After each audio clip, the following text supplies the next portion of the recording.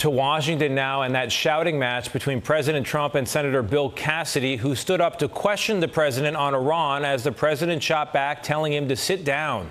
Tonight, more on the senator's side of the story and a CBS News exclusive.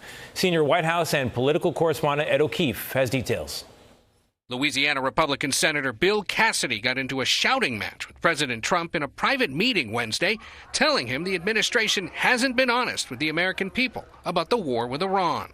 If you're not telling me answers, I'm going to push for those answers. This morning, Cassidy told Face the Nation moderator Margaret Brennan that Trump was upset that he and 3 other Republicans voted with Democrats to block any further U.S. military action against Iran without congressional approval. So when the president was berating the 4 people that voted for the War Powers Act, frankly, I'm not there to be berated. And the president wasn't invited to dish out verbal abuse. But that's what he did. I raised my hand. I said, Mr. President, do you just want, is that a rhetorical question that you're asking, why do we vote for it? Or are you really interested? He goes, I'm really interested. I stood up and I said, this is why. And I listed those objectives that I did not see being achieved and how the kind of endpoint of the war kept stretching out longer and longer. He began to speak over me. Unfortunately, I raised my volume to match his, and we spoke to each other like that. Or, shall we say, spoke at each other, not to each other. Now, I shouldn't have lost my temper.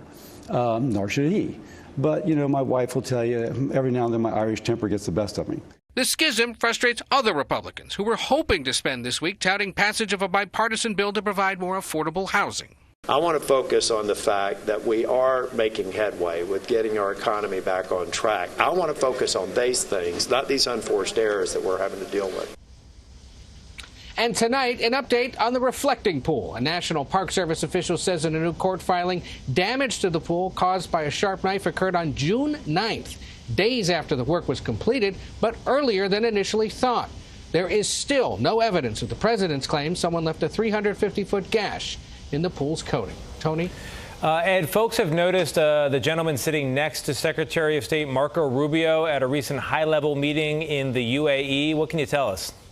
Yeah, that's right. The secretary was meeting with the president of the United Arab Emirates Wednesday to discuss the war with Iran and to talk business. In this picture, you see the gentleman at Rubio's right is Michael Boulos, President Trump's son-in-law, married to Tiffany Trump. He is not a government official and does not have any security clearance. Rubio was asked why he was there. He was just here because his brother lives here, and I'm a good friend of Michael, so we had a chance to catch up. That doesn't exactly clear up why it was appropriate for Boulos to be at this meeting. CBS News has learned Boulos has been pursuing business deals in the Middle East and Africa. Tony? Very interesting, Ed. Thank you very much.